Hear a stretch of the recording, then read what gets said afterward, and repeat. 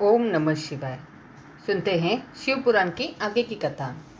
सुत जी कहते हैं, महर्षियों, माया मोहित नारद मुनि उन दोनों शिवगणों को यथोचित शाप देकर भी भगवान शिव के इच्छावश मोह निद्रा से जान न सके। वे भगवान विष्णु के किए हुए कपट को याद करके मन में दुस्सह क्रोध लिए विष्णु लोक को गए और समिधा पाकर प्रज्वलित हुए। अग्निदेव की भांति क्रोध से जलते हुए बोले। उनका न्याय नष्ट हो गया था, इसलिए वे दुर्वचन पूर्ण व्यंग्य सुनाने लगे। नारद जी ने कहा, अरे तुम बड़े दुष्ट हो, कपटी हो और समस्त विश्व को मोह में डाले रहते हो। दूसरों का उत्साह या उत्कर्ष तुमसे सहा नहीं जाता। तुम मायावी हो, तुम्हारा अंतकर्म मलिन है। पूर्व काल में तुम्ही ने मोहिनी रूप धारण करके कपट किया, असुरों को वारुणी मदिरा पिलाई, उन्हें अमृत नहीं पीने दिया। छल कपट में ही अनुराग रखने वाले हरे, यदि महेश्वर रुद्र दया करके विष न पी लेते तो तुम्हारी सारी माया उसी दिन समाप्त हो जाती। विष्णुदेव कपट पूर्ण चाल तुम्हें अधिक प्रिय है। तुम्हारा स्वभाव अच्छा नहीं है, तो भी भगवान शंकर ने तुम्हें स्वतंत्र बना दिया है। तुम्हारी इस चाल ढाल को समझकर अब वे भी पश्चाताप करते होंगे। अपनी वाणी रूप वेद की प्रामाणिकता स्थापित करने वाले महादेव जी ने ब्राह्मण को सर्वोपरि बताया है। हरे, इस बात को जानकर आज मैं बलपूर्वक तुम्हें ऐसी सीख दूंगा जिससे तुम फिर कभी भी नहीं ऐसा कर्म नहीं कर सकोगे। अब तक तुम्हें किसी शक्तिशाली या तेजस्वी पुरुष से पाला नहीं पड़ा था, इसलिए आज तक तुम निडर बने हुए हो। परंतु विष्णु, अब तुम्हें अपनी करने का पूरा पूरा फल मिलेगा। भगवान विष्णु से ऐसा कहकर माया मोहित नारद मुनि अपने ब्रह्म तेज का प्रदर्शन करते हुए क्रोध से खिन्न हो उठे और शाप देते हुए बोले, विष्णु, तुमने स्त्री के लिए मुझे व्याकुल किया है। तुम इसी तरह सबको मोह में डालते रहते हो। यह कपटपूर्ण कार्य करते करते हुए तुमने जिस स्वरूप से मुझे संयुक्त किया था, उसी स्वरूप से तुम मनुष्य हो जाओ और स्त्री के वियोग का दुख भोगो। तुमने जिन वानरों के समान मेरा मुंह बनाया था, वे ही उस समय तुम्हारे सहायक हो। तुम दूसरों को दुख देने वाले हो, अतः स्वयं भी तुम्हें स्त्री के वियोग का दुख प्राप्त हो। अज्ञान से मोहित मनुष्य के समान तुम्हारी स्थिति हो। अज्ञान से मोहित हुए नारद जी ने मोहवश श्री हरि को जब इस तरह शाप दिया, तब उन्होंने शंभु की माया की प्रशंसा करते हुए उस शाप को स्वीकार कर लिया। तदंतर महालीला करने वाले शंभु ने अपनी उस विश्व मोहिनी माया को, जिसके कारण ज्ञानी नारद मुनि भी मोहित हो गए थे, खींच लिया। उस माया के तिरोहित होते ही नारद जी पूर्ववत शुद्ध बुद्धि से युक्त हो गए। उन्हें पूर्ववत ज्ञान प्राप्त हो गया और उनकी सारी व्याकुलता जाती रही। इससे उनके मन में बड़ा विस्मय हुआ। वे अधिकाधिक पश्चाताप करते हुए बारंबार अपनी निंदा करने लगे। उस समय उन्होंने ज्ञानी को भी मोह में डालने वाली भगवान शंभु की माया की सराहना की। तदंतर यह जानकर कि माया के कारण ही मैं भ्रम में पड़ गया था, यह सब कुछ मेरा माया जनित भ्रम ही था, वैष्णव शिरोमणि नारद जी भगवान विष्णु के चरणों में गिर पड़े। भगवान श्रीहरि ने उन्हें उठाकर खड़ा कर दिया। उस समय अपनी दुर्बुद्धि नष्ट हो जाने के कारण वे यो बोले, नाथ, माया से मोहित होने के कारण मेरी बुद्धि बिगड़ गई थी, इसलिए मैंने आपके प्रति बहुत दुर्वचन कहे हैं, आपको शाप तक दे डाला है। प्रभु, उस शाप को आप मिथ्या कर दीजिए। हाय, मैंने बहुत बड़ा पाप किया है, अब मैं निश्चय ही नरक में पड़ूंगा। हरे, मैं आपका दास हूँ, बताइए मैं क्या उपाय, कौन सा प्रायश्चित करूँ जिससे मेरा पाप समूह नष्ट हो जाए, अब मुझे नरक में न गिरना पड़े। ऐसा कहकर शुद्ध बुद्धि वाले मुनि शिरोमणि नारद जी पुनः भक्ति भाव से भगवान विष्णु के चरणों में गिर पड़े। उस समय उन्हें बड़ा पश्चाताप हो रहा था। तब श्री विष्णु ने उन्हें उठाकर मधुर वाणी में कहा। भगवान विष्णु बोले, तात, खेद न करो, तुम मेरे श्रेष्ठ भक्त हो, इसमें संशय नहीं है। मैं तुम्हें एक बात बताता हूँ, सुनो, उससे नीचे ही तुम्हारा परम हित होगा। तुम्हें नरक में नहीं जाना पड़ेगा। भगवान शिव तुम्हारा कल्याण करेंगे।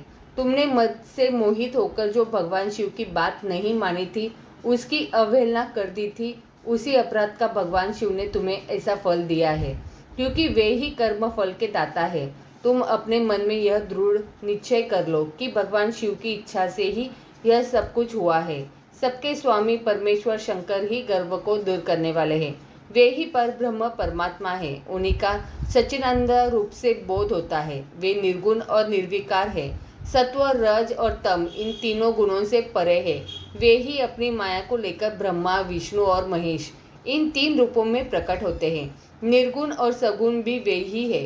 निर्गुण अवस्था में उन्हीं का नाम शिव है। वे ही परमात्मा, महेश्वर, परब्रह्म, अविनाशी, अनंत और महादेव आदि नामों से कहे जाते हैं। उन्हीं की सेवा से ब्रह्मा जी जगत के स्रष्टा हुए और मैं तीनों लोगों का पालन करता हूँ। वे स्वयं ही रुद्र रूप से सदा सबका संहार करते हैं। वे शिव रूप से सबके साक्षी है, माया से भिन्न और निर्गुण है। स्वतंत्र होने के कारण वे अपनी इच्छा के अनुसार चलते हैं। उनका विहार, आचार, व्यवहार उत्तम है और वे भक्तों पर दया करने वाले हैं। नारद मुनि, मैं तुम्हें एक सुंदर उपाय बताता हूँ जो सुखद, समस्त पापों का नाशक और सदा भोग एवं मोक्ष देने वाला है। तुम उसे सुनो। अपने सारे संशयों को त्याग कर तुम भगवान शंकर के सुयश का गान करो और सदा अनन्य भाव से शिव के स्तनाम स्तोत्र का पाठ करो। तुम निरंतर उन्हीं का उपासना और उन्हीं का भजन करो। उन्हीं के यश को सुनो और गाओ तथा प्रतिदिन उन्हीं की पूजा अर्चा करते रहो। नारद, जो शरीर, मन और वाणी द्वारा भगवान शंकर की उपासना करता है उसे पंडित या ज्ञानी जानना चाहिए। वह जीवन मुक्त कहलाता है। शिव इस नाम रूपी दावानल से बड़े बड़े पातकों के असंख्य पर्वत अनायास भस्म हो जाते हैं। यह सत्य है, सत्य है, इसमें संशय नहीं है। जो भगवान शिव के नाम रूपी नौका का आश्रय लेते हैं वे संसार सागर से पार हो जाते हैं। संसार के मूलभूत उनके सारे पाप निसंदेह नष्ट हो जाते हैं। महामुने, संसार के मूलभूत जो पातक रूपी वृक्ष है उनका शिव नाम रूपी कुठार से निश्चय ही नाश हो जाता है। जो लोग पाप रूपी दावानल से पीड़ित है उन्हें शिवनाम रूपी अमृत का पान करना चाहिए। पापदावानी से दग्ध होने वाले प्राणियों को उसके बिना शांति नहीं मिल सकती।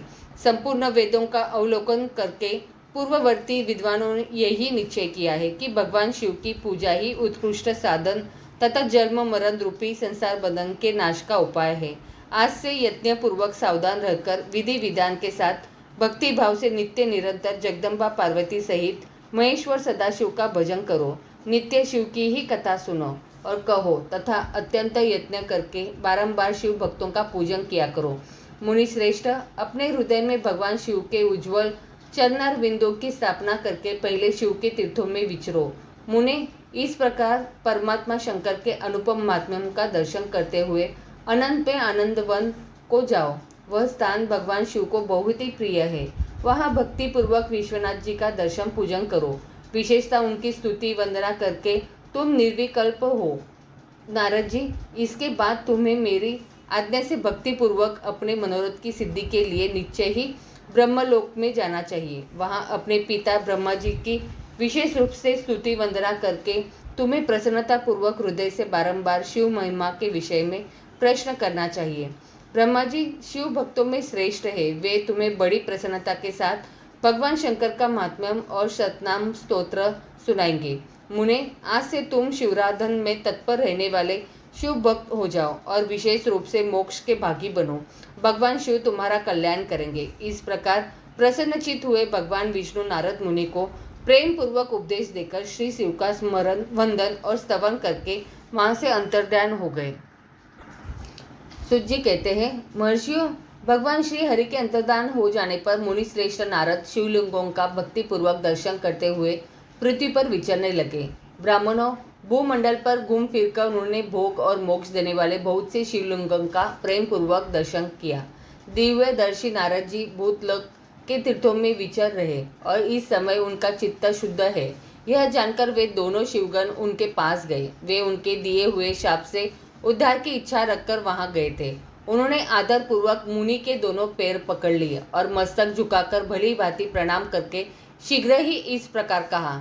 शिवगण बोले, ब्राह्मण, हम दोनों शिव के गण हैं। मुने, हमने ही आपका अपराध किया है। राजकुमारी श्रीमती के स्वयंवर में आपका चित्त माया से मोहित हो रहा था। उस समय परमेश्वरी की प्रेरणा से आपने हम दोनों को शाप दे दिया। वहाँ कुछ समय जानकर हमने चुप रह जाना ही अपनी जीवन रक्षा का उपाय समझा। इसमें किसी का दोष नहीं है।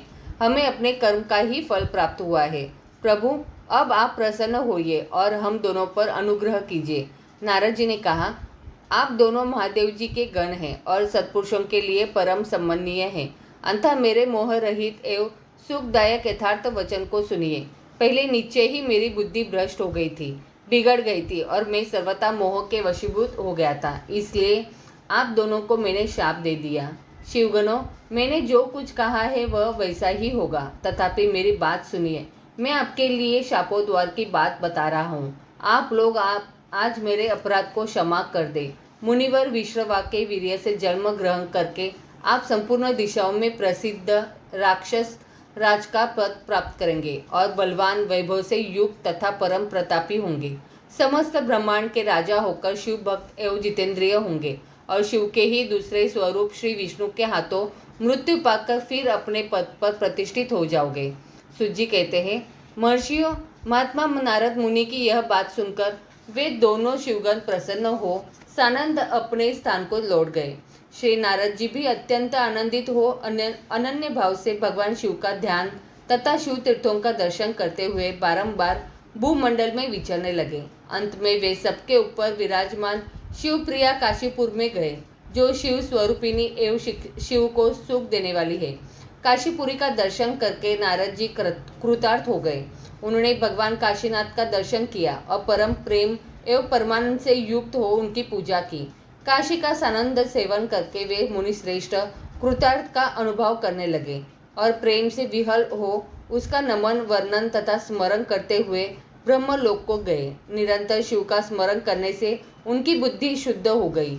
वहां पहुंचकर शिव तत्व का विशेष रूप से ज्ञान प्राप्त करने की इच्छा से नारद जी ने ब्रह्मा जी को भक्ति पूर्वक नमस्कार किया और नाना प्रकार के स्तोत्रों द्वारा उनकी स्तुति करके उनसे शिव तत्व के विषय में पूछा। उस समय नारद जी का हृदय भगवान शंकर के प्रति भक्ति भावना से परिपूर्ण था। नारद जी बोले, ब्रह्मन पर ब्रह्म परमात्मा के स्वरूप को जानने वाले पितामह जगत प्रभु, आपके कृपा प्रसाद में मैंने भगवान विष्णु के उत्तम महात्म्य का वर्णन पूर्णतया ज्ञान प्राप्त किया है। भक्ति मार्ग, ज्ञान मार्ग, अत्यंत दुस्तर तपो मार्ग, दान मार्ग तथा तीर्थ मार्ग का भी वर्णन सुना है, परंतु शिव तत्व का ज्ञान मुझे अभी तक नहीं हुआ है। मैं भगवान शंकर की पूजा विधि को भी नहीं जानता। अतः प्रभु, आप क्रमशः इन विषयों को तथा भगवान शिव के विविध चरित्रों को तथा उनके स्वरूप, तत्व, प्राकट्य, विवाह, गार्हस्थ धर्म सब मुझे बताइए। निष्पाप पितामह, ये सब बातें तथा और भी जो आवश्यक बातें हो उन सब का आपको वर्णन करना चाहिए। प्रजानाथ, शिव और शिवा के आविर्भाव एवं विवाह का प्रसंग विशेष रूप से कहिए तथा कार्तिकेय के जन्म की कथा भी मुझे सुनाइए। प्रभु, पहले बहुत लोगों से मैंने ये बात सुनी है, किंतु तृप्त नहीं हो सका हूँ, इसलिए आपकी शरण में आया हूँ। आप मुझ पर कृपा कीजिए। अपने पुत्र नारद की यह बात सुनकर लोक पितामह ब्रह्मा वहाँ इस प्रकार बोले। ब्रह्मा जी ने कहा, ब्रह्मन, देव शिरोमणे, तुम सदा समस्त जगत के उपकार में ही लगे रहते हो। तुमने लोगों के हित की कामना से यह बहुत उत्तम बात पूछी है, जिसके सुनने से संपूर्ण लोगों के समस्त पापों का क्षय हो जाता है। उस अनामय शिव तत्व का मैं तुमसे वर्णन करता हूँ। शिव तत्व का स्वरूप बड़ा ही उत्कृष्ट और अद्भुत है। जिस समय समस्त चराचर जगत नष्ट हो गया था, सर्वत्र केवल अंधकार ही अंधकार था। न सूर्य दिखाई देते थे, न चंद्रमा, अन्य ग्रहों और नक्षत्रों का भी पता नहीं था। न दिन होता था, न रात। अग्नि, पृथ्वी, वायु और जल की भी सत्ता नहीं थी। प्रधान तत्व से रहित सुना आकाश मात्र शेष था। दूसरे किसी तेज की उपलब्धि नहीं होती थी। अदृष्ट आदि का भी अस्तित्व नहीं था। शब्द और स्पर्श भी साथ छोड़ चुके थे। गंध और रूप की भी अभिव्यक्ति नहीं होती थी। रस का भी अभाव हो गया था। दिशाओं का भी भान नहीं होता था। इस प्रकार सब और निरंतर सूची भेद घोर अंधकार फैला हुआ था। उस समय तत्स ब्रह्म इस श्रुति में जो सत सुना जाता है, एकमात्र वही शेष था। जब यह वह ऐसा जो इत्यादि रूप से निर्दिष्ट होने वाला भावात्मक जगत नहीं था, उस समय एकमात्र वह सत ही शेष था, जिसे योगीजन अपने हृदय काश के भीतर निरंतर देखते थे। वह सत्व का मन का विषय नहीं है। वाणी की भी वहाँ तक कभी पहुँच नहीं होती। वह नाम तथा रूप रंग से भी शून्य है। वह न स्थूल है न कृश, न ह्रस्व है न दीर्घ, तथा न लघु है न गुरु। उसमें न कभी वृद्धि होती है न ह्रास। श्रुति भी उसके विषय में चकित भाव से है, इतना ही कहती है, अर्थात उसकी सत्तामात्रा का ही निरूपण कर पाती है, उसका कोई विशेष विवरण देने में असमर्थ हो जाती है। वह सत्य ज्ञान स्वरूप अनंत परमान्मय परम ज्योति स्वरूप अप्रमेय आधार रहित निर्विकार निराकार निर्गुण यौगिक में सर्वव्यापी सबका एकमात्र कारण निर्विकल्प निरांभ माया शून्य उपद्रव रहित अद्वितीय अनादि अनंत संकोच विकास से शून्य तथा चिन्मय है। जिस पर ब्रह्म के विषय में ज्ञान और अज्ञान से पूर्ण उक्तियों द्वारा इस प्रकार विकल्प किए जाते हैं, उसने कुछ काल के बाद द्वितीय इच्छा प्रकट की। उसके भीतर एक से अनेक होने का संकल्प उदित हुआ। तब उस निराकार परमात्मा ने अपनी लीला शक्ति से अपने लिए मूर्ति, वह मूर्ति संपूर्ण ऐश्वर्य गुणों से संपन्न सर्वज्ञानमयी शुभ स्वरूपा सर्वव्यापिनी सर्वरूपा सर्वदर्शिनी सर्वकारिणी सबकी एकमात्र वंदनीय सर्वदा सब कुछ देने वाली और संपूर्ण संस्कृतियों केंद्र थी। उस शुद्धि रूपिणी ईश्वर मूर्ति की कल्पना करके वह अद्वितीय अनादि अनंत सर्व प्रकाशक चिन्मय सर्वव्यापी और अविनाशी परब्रह्म अंतर्हित हो गया। जो मूर्ति रहित परब्रह्म है उसी की मूर्ति भगवान सदाशिव है। अर्वाचीन और प्राचीन विद्वान उन्हीं को ईश्वर कहते हैं। उस समय एकाकी रहकर स्वेच्छानुसार विहार करने वाले उन सदाशिव ने अपने विग्रह से स्वयं ही एक स्वरूपभूता शक्ति की सृष्टि की, जो उनके अपने श्री अंग से कभी अलग होने वाली नहीं थी।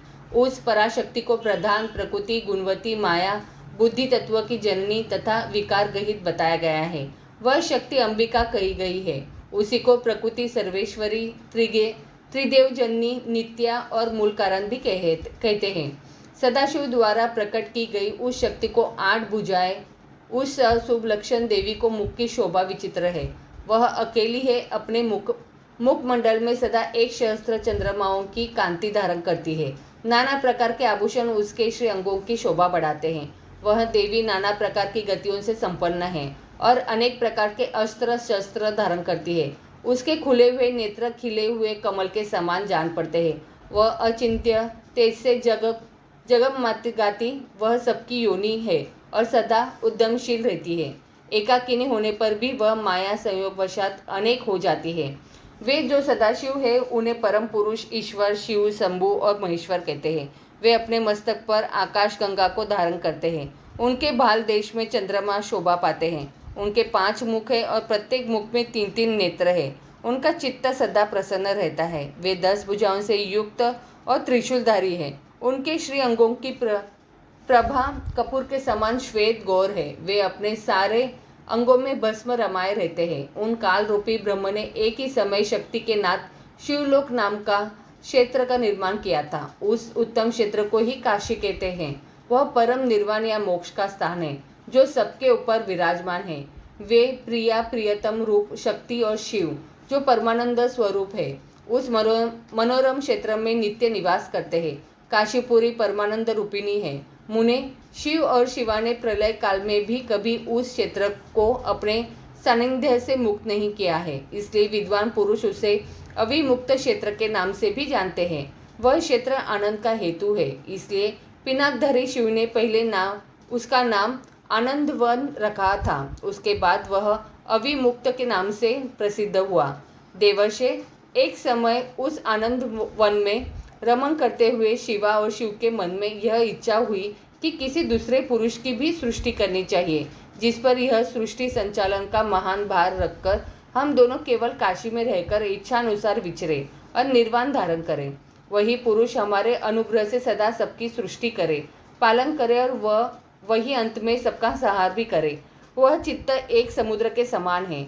इसके चिंता की उत्ताल तरंगे उठ उठकर इसे चंचल बनाए रहती है। इसमें सत्वगुण रूपी रत्न, तमोगुण रूपी ग्राह और रजोगुण रूपी मूंगे भरे हुए हैं। इस विशाल चित्त समुद्र को संकुचित करके हम दोनों उस पुरुष के प्रसाद से आनंद कानंद में सुखपूर्वक निवास करें। यह आनंदवन वह स्थान है जहाँ हमारी मनोवृत्ति सब ओर से सिमटकर इसी में लगी हुई है तथा जिसके बाहर का जगत चिंता से आतुर प्रतीत होता है। ऐसा निश्चय करके शक्ति सहित सर्वव्यापी परमेश्वर शिव ने अपने वाम भाग के 10वें अंगपुर पर अमृत मल दिया। फिर तो वहां से एक पुरुष प्रकट हुआ जो तीनों लोकों में सबसे अधिक सुंदर था। वह शांत था, उसमें सत्व गुण की अधिकता थी तथा वह गंभीरता का अथाह सागर था। मुने, क्षमा नामक गुण से युक्त उस पुरुष के लिए ढूंढने पर भी कहीं कोई उपमा नहीं मिलती। उसकी कांति इंद्रनील मणि के समान श्याम थी। उसके अंग अंग से दिव्य शोभा छिटक रही थी और नेत्र प्रफुल्ल कमल के समान शोभा पा रहे थे। श्री अंगों पर सुवर्ण की सी कांति वाले 2 सुंदर रेशमी पीतांबर शोभा दे रहे थे। किसी से भी पराजित न होने वाला वह वीर पुरुष अपने प्रचंड भुज दंडों से सुशोभित हो रहा था। तदंतर उस पुरुष ने परमेश्वर शिव को प्रणाम करके कहा, स्वामीन, मेरे नाम निश्चित कीजिए और काम बताइए। उस पुरुष की यह बात सुनकर महेश्वर भगवान शंकर हंसते हुए मेघ के समान गंभीर वाणी में उससे बोले। शिव ने कहा, वत्स, व्यापक होने के कारण तुम्हारा विष्णु नाम विख्यात हुआ। इसके सिवा और भी बहुत से नाम होंगे जो भक्तों को सुख देने वाले होंगे।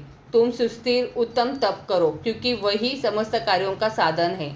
ऐसा कहकर भगवान शिव ने श्वास मार्ग से श्री विष्णु को वेद का ज्ञान प्रदान किया। तदंतर अपनी महिमा से कभी च्युत न होने वाले श्री हरि भगवान शिव को प्रणाम करके बड़ी भारी तपस्या करने लगे और शक्ति सहित परमेश्वर शिव भी पार्षदगणों के साथ वहां से अदृश्य हो गए। भगवान विष्णु ने सुदीर्घ काल तक बड़ी कठोर तपस्या की। तपस्या के परिश्रम से युक्त भगवान विष्णु के अंगों से नाना प्रकार की जलधाराएं निकलने लगी। यह सब भगवान शिव की माया से ही संभव हुआ। महामुने, उस जल से सारा सुना आकाश व्याप्त हो गया। वह ब्रह्म रूप जल अपने स्पर्श मात्र से सब पापों का नाश करने वाले सिद्ध हुआ। उस समय थके हुए परम पुरुष विष्णु ने स्वयं उस जल में शयन किया। वे दीर्घ काल तक बड़ी प्रसन्नता के साथ उसमें रहे। नार अर्थात जल में शयन करने के कारण ही उनका नारायण यह श्रुति सम नाम प्रसिद्ध हुआ। उस समय उन परम पुरुष नारायण के सिवा दूसरी कोई प्राकृत वस्तु नहीं थी। उसके बाद ही उन महात्मा नारायण देव से यथा समय सभी तत्व प्रकट हुए। महामते, विद्वान, मैं उन तत्वों की उत्पत्ति का प्रकार बता रहा हूँ, सुनो। प्रकृति से महत्व प्रकट हुआ और महत्त्व से तीनों गुण। इन गुणों के भेद से ही त्रिविध अहंकारी उत्पत्ति हुई। अहंकार से 5 तन्मात्राएं हुई और उन तन्मात्राओं से 5 भूत प्रकट हुए। उसी समय ज्ञानेन्द्रिया और कर्मेंद्रियों का भी प्रादुर्भाव हुआ। मुनिश्रेष्ठ, इस प्रकार मैंने तुम्हें तत्वों की संख्या बताई है। इनमें से पुरुष को छोड़कर शेष सारे तत्व प्रकृति से प्रकट हुए हैं, इसलिए सबके सब जड़ हैं। तत्वों की संख्या 24 है। उस समय एकाकार हुए 24 तत्वों को ग्रहण करके वे परम पुरुष नारायण भगवान शिव की इच्छा से ब्रह्मरूप जल में सो गए। आगे की कथा अगले अध्याय में। तो बोलो प्रेम से हर हर महादेव।